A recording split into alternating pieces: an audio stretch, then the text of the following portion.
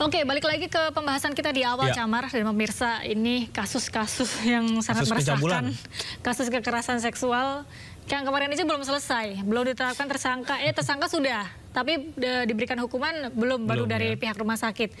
Terjadi lagi ternyata di Malang. Sudah ada yang baru ya di Malang. Sudah ada yang baru di Malang. Sebenarnya kasusnya sudah lama, tahun 2022 bulan September, tapi baru berani speak up karena kasus-kasus yang kemarin baru ramai diperbincangkan. Nah, salah seorang selebgram di asal kota Bandung berinisial Q ini mengunggah kronologi dugaan pencabulan yang dilakukan oknum dokter di salah satu rumah sakit swasta elit di Malang, Jawa Timur.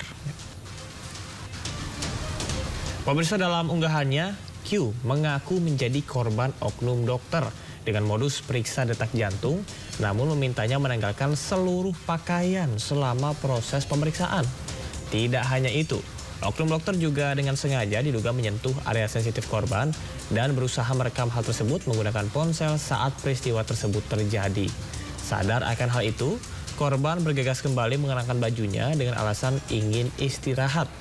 Meski demikian, oknum dokter tersebut tidak langsung pergi meninggalkan kamar, namun sempat bertahan di dalam kamar hingga 1 jam. Melaporkan si oknum dokter ini secara pidana Undang-Undang TPKS. Oke, yang jelas kerugian secara mental ya, kerugian imaterial ya yang jelas ya. Karena ini kejadian tahun 2022. Tahun 2022 sampai sekarang udah 3 tahun. Bayangkan bagaimana rasanya, bagaimana trauma yang dihadapi korban selama 3 tahun ini memendam karena takut untuk speak up. Yang pada akhirnya hari ini korban speak up, kemarin ya korban speak up mengeluarkan unek-uneknya. Jadi saya bisa membayangkan bagaimana keresahan yang dialami korban selama ini 3 tahun. Kami mengikuti norma hukum pidana, perdata, disiplin, dan etika profesi. Hari ini kami masih akan rapat karena baru muncul kan tadi pagi ya. Kemudian dari rumah sakit juga kami kan menunggu. Tapi apapun kami sudah menyiapkan bahwa pasti akan ada pembinaan pada yang bersangkutan termasuk penjatuhan sanksi. Dasarnya norma itu tadi. Kita normal. Dan pemirsa, dokter yang diduga mencabuli pasiennya saat pemeriksaan kandungan di sebuah klinik di Garut telah ditetapkan sebagai tersangka. Ya, pemerintah memastikan akan memberikan perlindungan dan bantuan hukum kepada korban.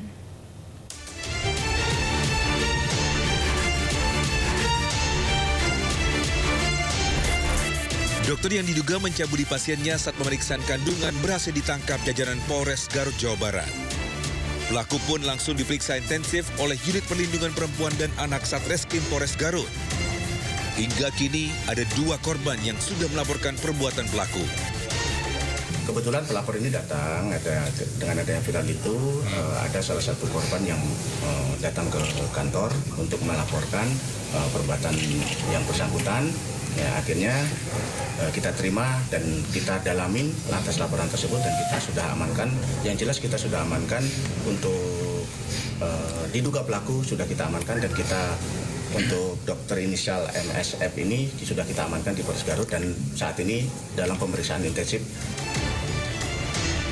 Sementara itu, sebelum penangkapan, polisi sempat mendatangkan klinik tempat pelaku beraksi. Namun pelaku sudah tidak lagi bekerja di klinik ini. Polres Garut pun hingga kini terus membuka posko pengaduan dan meminta masyarakat yang menjadi korban untuk melapor. Pemerintah pun akan terus memberikan perlindungan dan bantuan hukum kepada korban. Berkoordinasi juga dengan unit P3A kami yang berada di sana, sudah sejauh mana yang dilakukan, kemudian upaya yang bisa kita lakukan paling cepat adalah melakukan perlindungan terhadap korban. Apa yang dibutuhkan, pemulihan psikologisnya dan sebagainya. Kalaupun perlu bantuan hukum, kami bisa membantu mengkoordinasikan, tetapi itu sebetulnya bukan wilayah kami. Sebelumnya, video dugaan pencabulan yang dilakukan oknum dokter kandungan terhadap pasiennya beredar viral di Garut. Aksi dugaan pencabulan terekam dari kamera CCTV ruangan. Saat ini pelaku sudah tidak bertugas di klinik ini. Video pun diduga direkam pada tahun 2024 lalu. Tim Liputan iNews melaporkan. Ya, korban dokter kandungan cabuli pasien di Garut, Jawa Barat bertambah. Ya, selain itu, pihak dari kepolisian sudah menetapkan pelaku sebagai tersangka. Dan berikut keterangan Kasat Reskrim Polres Garut, AKP Joko Prihatin. Joko dengan Davi di studio. Pak Joko, pertama saya ingin mengetahui Pak, hingga saat ini apakah sudah ada yang melapor yang mengatasnamakan sebagai korban dari pelaku Pak? Ya bisa saya jelaskan. Memang kita saat ini kita sudah menerima untuk korban ada dua korban yang sudah kita periksa, ya. Kemudian kita sudah melakukan serangkaian penyelidikan dengan mengumpulkan beberapa alat bukti, dan kita sudah berkoordinasi dengan ahli juga, dan kita sudah menemukan 2 alat bukti yang cukup untuk menaikkan dari penyelidikan ke penyidikan, dan selanjutnya kita akan tetapkan sebagai tersangka. Baik, 2 orang korban yang melapor ini Pak, apakah salah satunya yang berada dalam video viral yang kemarin Pak? Kalau untuk yang video atau yang di CCTV yang di viral itu kita masih dalam melakukan pencarian. Mudah-mudahan dalam waktu dekat sudah temukan. Kita masih melakukan pencarian di mana korban tersebut dan siapa namanya, dan di mana keberadaan kita masih melakukan pencarian. Namun demikian kita tidak terpaku dengan yang video viral tersebut. Kita menemukan atau kita bergerilya, kita melakukan sosialisasi ke masyarakat yang merasa menjadi korban atau pelecehan dari MSF ini. Segera kita juga membuka posko pengaduan apabila ada masyarakat yang merasa menjadi korban dari MSF ini, agar menghubungi di hotline kami, yaitu atau di 0811-340-4040. Nah, kita tindak lanjutin, dan untuk masyarakat yang merasa akan melaporkan, kita jaga kerahasiaannya dan kita lindungin hak-haknya seperti yang apa diatur. Kementerian Kesehatan angkat bicara terkait kasus dokter yang mencabuli pasiennya di Garut, Jawa Barat. Ya, melalui juru bicaranya, Kementerian Kesehatan menegaskan bahwa perlindungan pasien merupakan hal yang utama dan tidak bisa ditawar. Assalamualaikum warahmatullahi wabarakatuh. Salam sejahtera bagi kita semua. Kementerian Kesehatan Republik Indonesia menyampaikan keprihatinan yang mendalam sekaligus mengecam keras tindakan dugaan pelecehan yang dilakukan oleh oknum tenaga kesehatan di Garut. Peristiwa ini mencederai nilai-nilai luhur profesi kedokteran dan merusak kepercayaan masyarakat terhadap pelayanan kesehatan. Kami ingin menegaskan bahwa perlindungan terhadap pasien adalah hal yang utama dan tidak bisa ditawar. Karena itu, Konsil Kesehatan Indonesia saat ini tengah melakukan pemeriksaan menyeluruh atas kasus ini dengan berkoordinasi secara aktif bersama berbagai pihak terkait, termasuk organisasi profesi, fasilitas pelayanan kesehatan, dan aparat penegak hukum. Apabila dari hasil pemeriksaan ditemukan adanya pelanggaran etik dan disiplin profesi, maka KKI akan memberikan sanksi tegas, termasuk pencabutan surat tanda registrasi atau STR tenaga kesehatan yang bersangkutan, dan juga Kementerian Kesehatan akan merekomendasikan kepada Dinas Kesehatan setempat untuk mencabut surat izin praktek atau SIP si pelaku. Kami memastikan KKI bersama seluruh pemangku kepentingan akan terus memantau perkembangan kasus ini secara ketat dan memastikan penyelesaiannya berjalan transparan dan berkeadilan. Kementerian Kesehatan berkomitmen penuh untuk menjaga integritas dan profesionalisme tenaga kesehatan demi perlindungan dan keselamatan pasien di seluruh Indonesia. Terima kasih. Wassalamualaikum warahmatullahi wabarakatuh.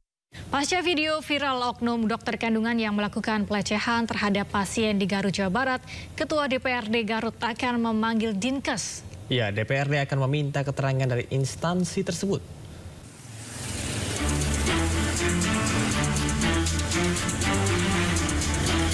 Pasca video viral oknum dokter kandungan yang melakukan pelecehan terhadap pasien di sebuah klinik di Garut, Jawa Barat, Ketua DPR Garut akan memanggil Dinas Kesehatan Garut untuk meminta keterangan terkait kasus tersebut. DPRD Garut meminta Dinas Kesehatan Garut untuk lebih selektif dalam mengeluarkan izin praktek dokter. Selain itu, DPRD Garut juga meminta Dinas Kesehatan memberikan pembinaan kepada dokter serta tenaga medis agar dapat menjalankan tugas secara profesional. Ini harus jadi tanggung jawab bersama kan, saya tadi sudah bilang bahwa harus ada pembinaan dari Dinas Kesehatan nanti untuk memberikan arahan-arahan terkait pelayanan, ya kan? Ini sudah kelewatan kalau memang sudah terbukti nanti. Ini harus ada tindak lanjut yang lebih tegas untuk para petugas, khususnya mungkin di puskesmas atau DPRD bisa memanggil dinas. Kalau jelas bisa. Nanti kita panggil supaya dinas melakukan pembinaan ke bawah dokter ataupun perawat dan lain sebagainya. Sementara itu, pasca video viral tersebut, klinik tempat pelaku praktek masih memajang nama sang dokter di papan informasi klinik yang berada di depan gedung klinik. Sebelumnya beredar video dugaan pencabulan yang dilakukan oknum dokter kandungan terhadap pasiennya di Garut, Jawa Barat. Aksi tersebut terekam kamera CCTV ruang praktek sang dokter. Pasca viral, menurut pengurus klinik, sang dokter sudah tidak bertugas di klinik tersebut. Aksi tidak terpuji tersebut diduga terjadi pada tahun 2024 lalu. Dari Garut, Jawa Barat, Solihin, iNews melaporkan.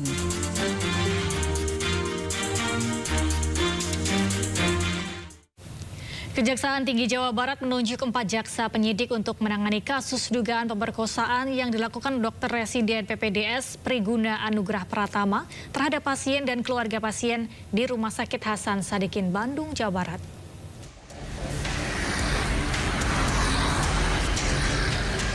Kejaksaan Tinggi Jawa Barat telah menunjuk 4 orang jaksa untuk menangani perkara dugaan pemerkosaan yang dilakukan dokter residen PPDS Priguna Anugrah Pratama terhadap pasien dan keluarga pasien di Rumah Sakit Hasan Sadikin, Bandung, Jawa Barat. Selain itu, pihaknya telah menerima surat pemberitahuan dimulainya penyidikan atau SPDP dari penyidik Reskrim Polda Jawa Barat terkait dengan perkara tersebut pada akhir Maret 2025. Berkas laporan segera diteliti ke 4 jaksa yang telah ditunjuk. Kemudian hasilnya akan disampaikan dalam beberapa hari berikutnya. Kajati telah menunjuk 4 orang jaksa untuk menangani perkara tersebut, di mana dari 4 orang jaksa tersebut ada jaksa perempuan yang ditugaskan dalam tim tersebut. Terkait hal tersebut, itu nanti dilihat dari persidangan, tetapi menurut hukum acara, karena perkaranya kesusilaan, sidangnya akan digelar secara tertutup. Sebelumnya, Polda Jawa Barat telah menetapkan tersangka terhadap Priguna Anugrah Pratama, dokter residen peserta PPDS yang diduga memperkosa keluarga pasien di Rumah Sakit Hasan Sadikin, Bandung. Atas perbuatannya, tersangka dijerat dengan pasal 6 Undang-Undang Nomor 12 Tahun 2022 tentang tindak pidana kekerasan seksual dengan ancaman hukuman penjara paling lama 12 tahun. Dari Bandung, Jawa Barat, Juhpita Melana, iNews melaporkan. Universitas Padjadjaran menghormati keputusan Kementerian Kesehatan yang membekukan program PPDS dengan Rumah Sakit Hasan Sadikin. Ya, pihak kampus telah meminta Fakultas Kedokteran mengevaluasi internal.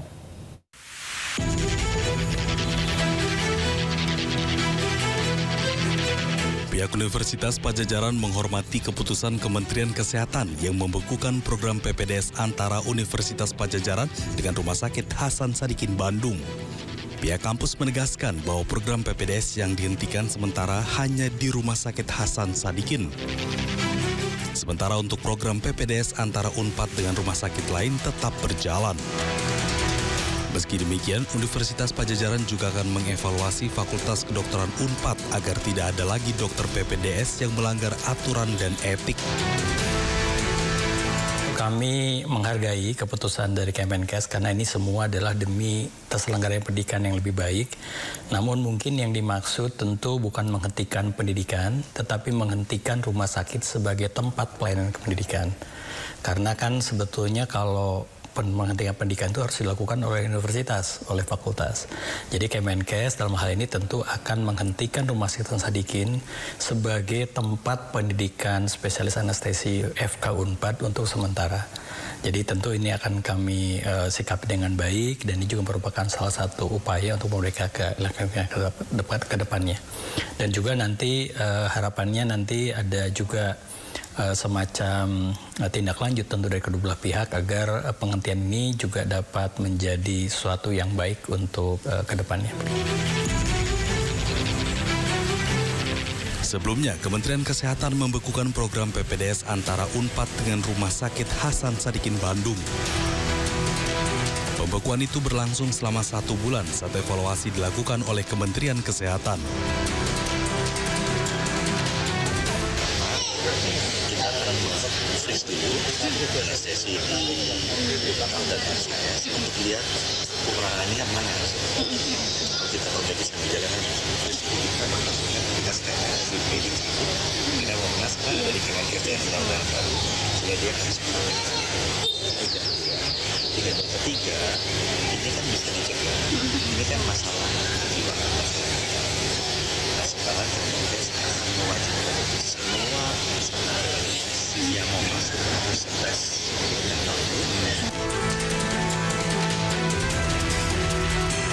Pembekuan program ini buntut dari kasus pemerkosaan yang dilakukan oknum dokter PPDS di Rumah Sakit Hasan Sadikin Bandung.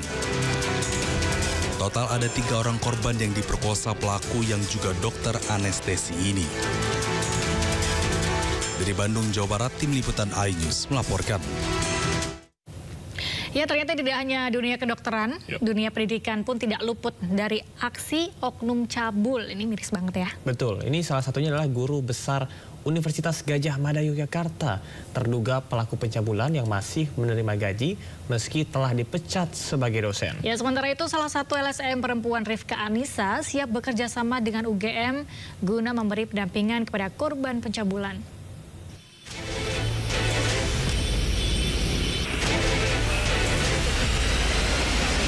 Guru Besar Fakultas Farmasi Universitas Gadjah Mada atau UGM Yogyakarta EM yang telah dipecat sebagai dosen akibat terbukti melakukan pencabulan terhadap mahasiswinya masih menerima gaji.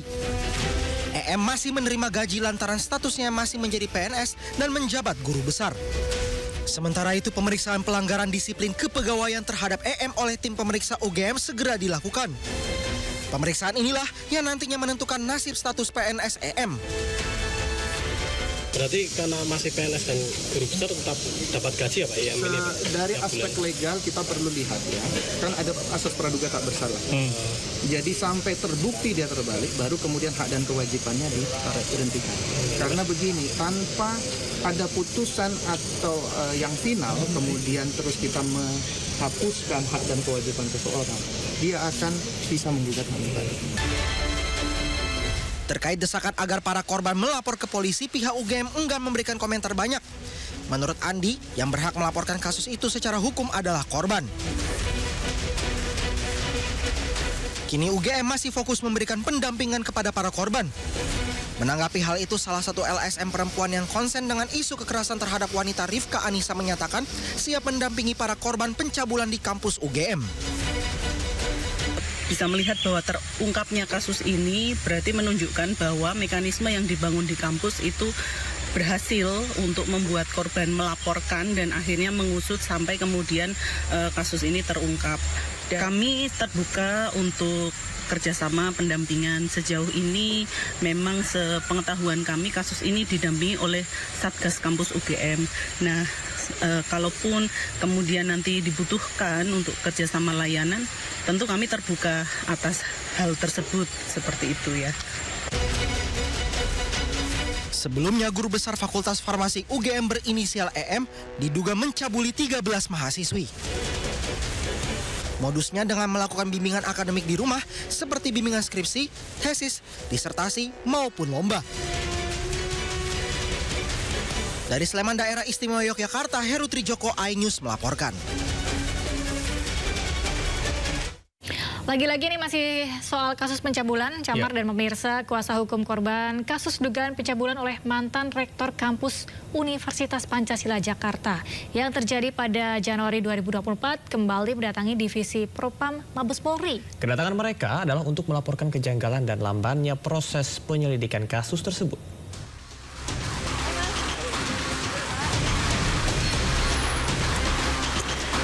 Kasus dugaan pencabulan yang diduga dilakukan oleh mantan Rektor Universitas Pancasila, Edi Tut Hendratno, diklaim kuasa hukum korban berjalan lamban dan syarat kejanggalan. Temuan kejanggalan itu pun telah dilaporkan ke Bid Propam Polda Metro Jaya pada Rabu siang dilaporkan ke Divisi Propam Mabes Polri.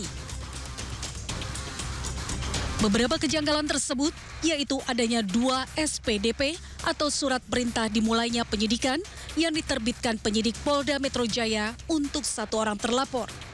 Hal tersebut diketahui ketika tim kuasa hukum korban RZ dan DF berkoordinasi ke pihak Kejati ke Jakarta. Tak hanya itu, penyidik Polda juga dinilai tidak kooperatif dengan kuasa hukum korban karena kerap berkomunikasi dengan korban tanpa sepengetahuan kuasa hukum. SPDP yang kedua itu mereka dengan nomor yang berbeda tetapi rujukannya katanya dari SPDP yang pertama. Tetapi itu menurut kami janggal karena kami sendiri sebagai selama ini menjadi kuasa hukum baru pernah mendengar satu kasus satu orang yang sama itu SPDP-nya dua SPDP. Diketahui dugaan pencabulan oleh mantan Rektor UP, Edi Tut Hendratno, terjadi pada awal tahun 2024 lalu dengan 2 korban staf kampus berinisial RZ dan DF dan telah membuat laporan ke Polda Metro Jaya. Edi sendiri telah menjalani pemeriksaan dan status kasusnya telah dinaikkan ke tahap penyidikan usai digelar perkara. Polisi telah menemukan unsur pidana dalam peristiwa tersebut berdasarkan kumpulan informasi, fakta, dan lainnya. Namun hingga kini Edi belum ditetapkan sebagai tersangka. Dari Jakarta, Helmi Sajangbati, iNews melaporkan.